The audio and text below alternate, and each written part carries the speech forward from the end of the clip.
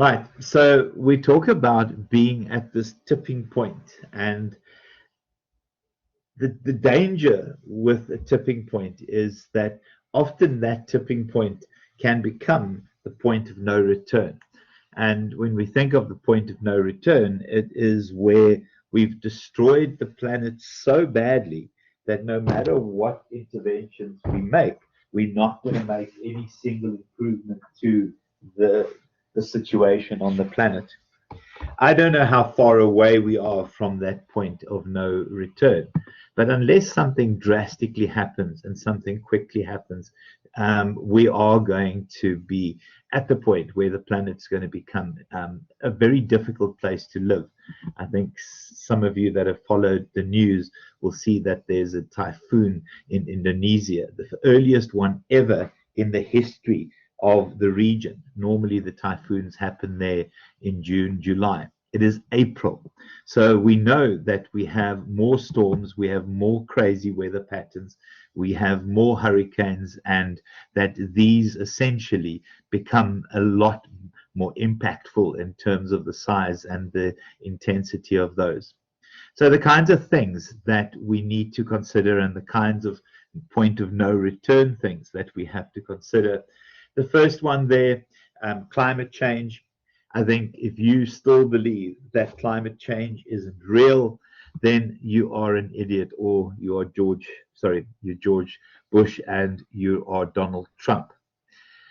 The second one is we've reduced biodiversity significantly. We've overfished, we've got rid of plant lives, we have upset the balance in terms of the actual planet itself, in terms of our natural resources, in terms of animal resources, in terms of plant resources. In terms of ozone depletion, there were significant attempts made in the 90s to close the ozone, but the simple truth is the sun seems hotter, people burn a lot easier, and it has to do with the ozone's depletion. And then aerosol loading, simple term is air pollution. I think there's a permanent smell around Maritzburg. We see air pollution when the dump is on fire. We know of people that when the dump is on fire who live in Scottsville that have to leave their homes and go and stay in guest houses away from that specific fire zone and that the smoke zone. We've also seen impact in terms of oceans. We spoke on this class, I think, in this class about where we now are in terms of the number of blue flag beaches on the south coast and the north coast of KwaZulu-Natal, and how our numbers of blue flag beaches are disappearing almost on a daily basis because of the quality of the ocean water.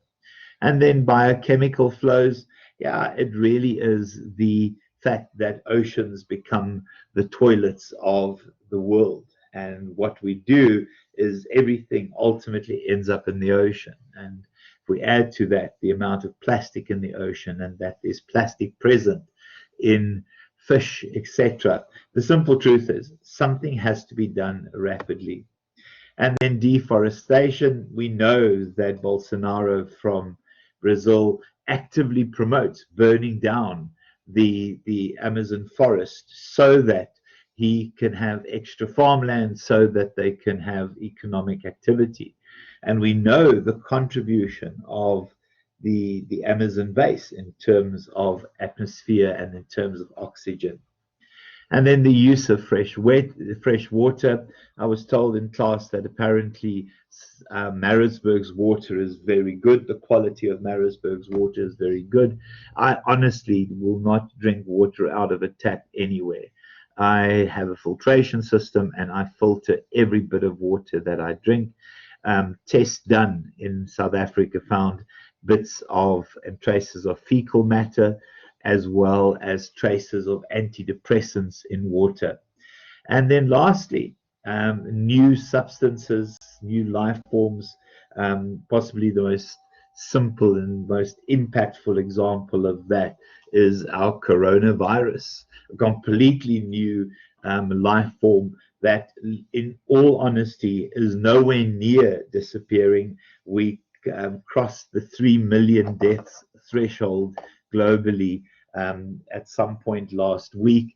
And also, we need to appreciate that South Africa has been underreporting our deaths, considering the fact that we have 130,000 more deaths or 140,000 more deaths within the same period that have been left unaccounted for.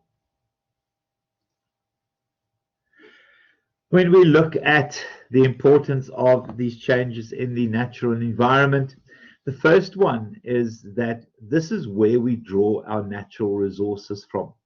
And whether those are renewable and non-renewable, it doesn't really matter. But at some point, we're going to run out of certain natural resources. The most obvious of it is land, because of rising sea levels, because of melting ice caps, all created by global warming. The average temperature in the Antarctic, the Arctic last year was 22 degrees, the South Pole. 22 degrees in the South Pole last year. Guys, and then also the idea of sediment movement, where land forms changing, where we lose land to floods, etc.